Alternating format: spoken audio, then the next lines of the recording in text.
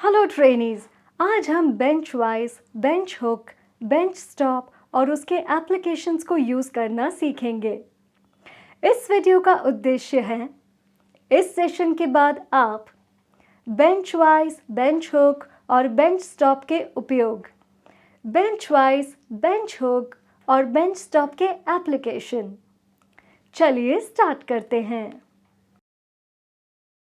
ये उपकरण bench wise कहलाता है। इसका इस्तेमाल लकड़ी के टुकड़ों को सुरक्षित तरीके से पकड़ने के लिए किया जाता है जब इन पर काटना, ड्रिलिंग या फाइलिंग जैसा कोई ऑपरेशन किया जा रहा हो। अब देखते हैं हर स्थिति में इसका इस्तेमाल कैसे किया जाता है। पहले हमें बेंच वाइज के बंद जॉ को हैंडल घुमाकर अलग कर लेना है। अगर हैंडल नहीं हिलता है तो उल्टा घुमाने का प्रयास करें। इससे जॉस खुल जाएंगे।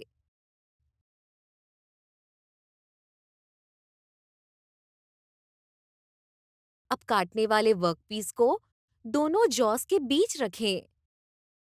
सुनिश्चित करें कि उस वर्कपीस का जो काटने वाला हिस्सा है वो जॉस के बाहर हो।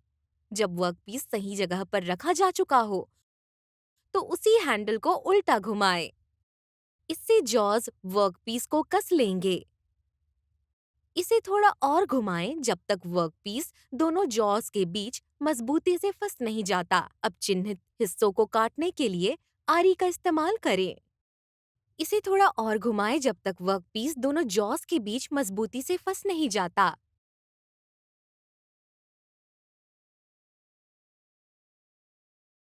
अब वर्कपीस के चिन्हित हिस्सों को ड्रिल करने के लिए ड्रिल का इस्तेमाल करें। जब वर्कपीस सही जगह पर रखा जा चुका हो तो उसी हैंडल को उल्टा घुमाएं। इससे जॉज वर्कपीस को कस लेंगे। इसे थोड़ा और घुमाएं जब तक वर्कपीस दोनों जॉस के बीच मजबूती से फंस नहीं जाता। अब वर्कपीस के किनारों को फाइल करने के लिए फाइल का इस्तेमाल करें। इसका इस्तेमाल हमने सीख लिया है। चलिए दूसरे डिवाइस के बारे में जानते हैं।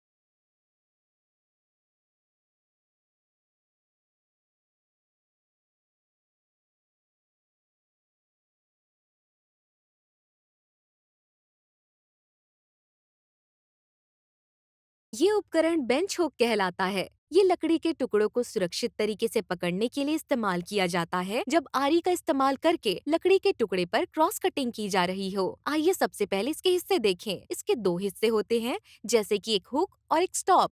अब चलिए देखते हैं इसका इस्तेमाल कैसे करें। सबसे पहले बेंच हुक को ऐसे रखें कि उसका हुक टेबल के किनारे के साथ हो। फिर वो लकड़ी का टुकड़ा जो काटा जाना है उसे ऐसे रखें कि काटने वाला हिस्सा स्टॉप के किनारे के साथ हो।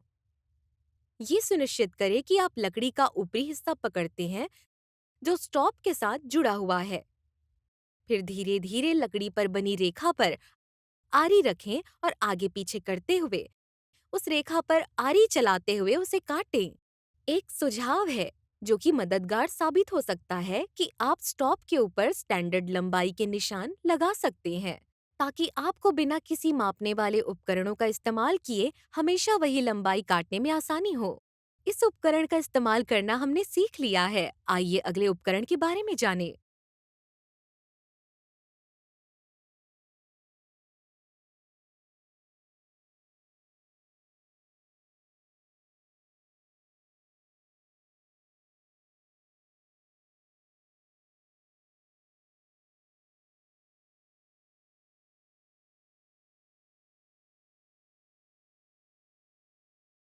इस उपकरण को बेंच स्टॉप कहा जाता है।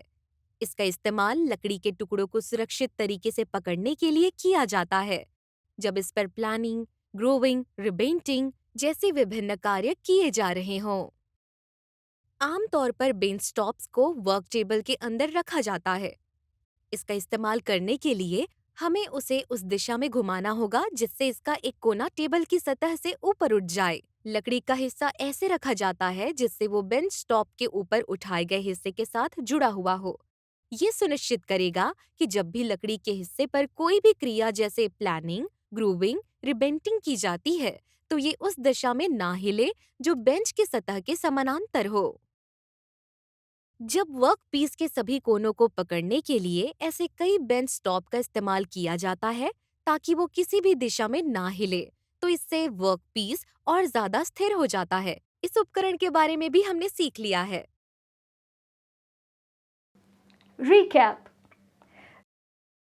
बेंच वाइज वुडन पीसेस को सिक्योरली होल्ड करने में काम आता है जब ऑपरेशंस जैसे कि सॉइंग, चिजलिंग, सॉ पर परफॉर्म किए जाते हैं। ठीक उसी तरह बेंच हुक भी वुडन पीसेस को सिक्योरली होल्ड करने में यूज होता है। बेंच स्टॉप वुडन पीस को टेबल में कोई भी दिशा में मूव होने से रोकने में यूज होता है। उम्मीद है आपने इस वीडियो में जो देखा वो समझ भी लिया होगा। फिर मिलेंगे एक और वीडियो के साथ। तब तक के लिए thank you and good bye.